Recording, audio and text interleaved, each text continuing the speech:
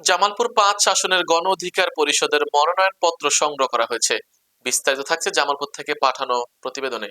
আজ দুপুরে জেলা নির্বাচন অফিস কার্যালয়ের কর্মকর্তা আনোয়ারুল হক থেকে জেলা গণ অধিকার পরিষদের সাধারণ সম্পাদক ও জামালপুর সদর ৫ আসনের গণ অধিকার পরিষদের ট্রাক মার্কা প্রতীকের এমপি পদপ্রার্থী জাকির হোসেন মনোনয়নপত্র সংগ্রহ করেছেন। এই সময় গণ অধিকার পরিষদের বিভিন্ন নেতাকর্মীরা উপস্থিত ছিলেন। সাক্ষাৎকারে তিনি বলেন, নির্বাচিত হলে জামালপুর সদর ৫ আসনটিকে চাঁদাবাজ, সন্ত্রাস ও দুর্নীতিমুক্ত করার অঙ্গীকার ব্যক্ত করেন তিনি।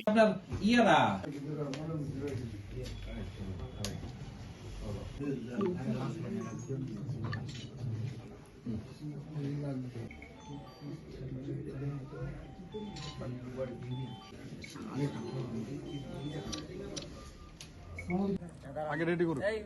কি বলবেন আর কি বলবো বলেন।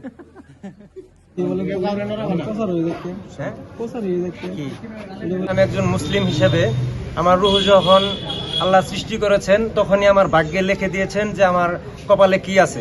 আল্লাহ যদি আমাকে এমপির চেয়ারটা কপালে লিখে রাখে, ইনশাআল্লাহ জনগণ আমার সাথে থাকবে এবং কি আমি আশা করি আগামী জাতীয় সংসদ নির্বাচনে আমি সেই চেয়ারে বসতে পারবো যদি আল্লাহ আমাকে লিখে রাখে। আর বিশেষ করে আমরা জামালপুর সদর ৫ আসনে ৫৪ বছর যাবৎ আমরা অবহেলিত।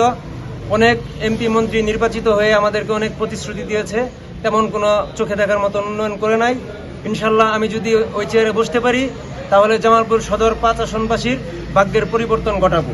সরকারের অনুদান, যা গরিব দুঃখী মানুষের জন্য যে অনুদানটা আসে, সেটা আমরা গরিব দুঃখী মানুষের মাঝে সুন্দরভাবে বন্টন করার মাধ্যমে তাদের হাতে পৌঁছে দিব।